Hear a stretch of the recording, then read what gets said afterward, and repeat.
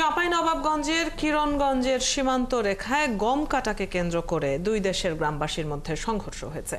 এতে আহত হয়েছে দুজন। শনিবার বেলা 12টার দিকে সংঘর্ষ শুরু হয়, পরে অতিরিক্ত সদস্য মোতায়েন করে বিজিবি ও বিএসএফ। একেএস রোকনের তথ্য ছবিতে প্রতিবেদন। শনিবার বেলা 12টার দিকে চাঁপাইনবাবগঞ্জের কিরণগঞ্জ সীমান্তের নো ম্যানস ল্যান্ড এলাকায় শুরু হয় সংঘর্ষ।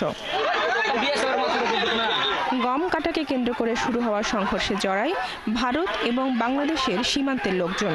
দফায় দফায় সংঘর্ষ চলে বেলা 3টা পর্যন্ত। কিরণগঞ্জ সীমান্ত থেকে এই উত্তেজনা কাঁটা তার পেরিয়ে ছড়িয়ে পড়ে 3 কিলোমিটার পর্যন্ত। বাংলাদেশের লোকজনের অভিযোগ, ভারতীয় উত্তেজিত জনতা বাংলাদেশের জনগণকে লক্ষ্য করে হাত বোমা ছোড়ে। পরে দুই দেশের সীমান্তরক্ষী বাহিনী পরিস্থিতি নিয়ন্ত্রণ করে। এদিকে এলাকার লোকজন জানিয়েছে, সংঘর্ষের সময় বাংলাদেশে প্রবেশ করে 30টি আম গাছ এবং শতাধিক বড়ই গাছ কেটে ফেলেছে ভারতীয়রা। দুই সীমান্তের দুই পাহারাদার থেকে বিজেপি এবং বিএসএফ পাহারা থেকে কিভাবে এটা কাটা হয়, আমরা জনগণ প্রতিবাদ জানাচ্ছি এবং আমরা দাঁড়িয়ে আছি তাদের বিরুদ্ধে দেশকে রক্ষা করার জন্য।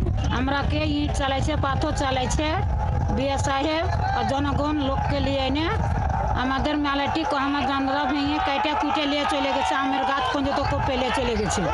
সংঘর্ষের পর দুই দেশের সীমান্তেই অতিরিক্ত সদস্য মোতায়েন করেছে বিজিবি ও বিএসএফ।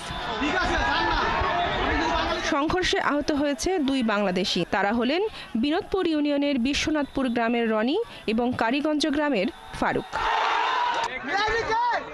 বনশ্রী হালদার, ৭১।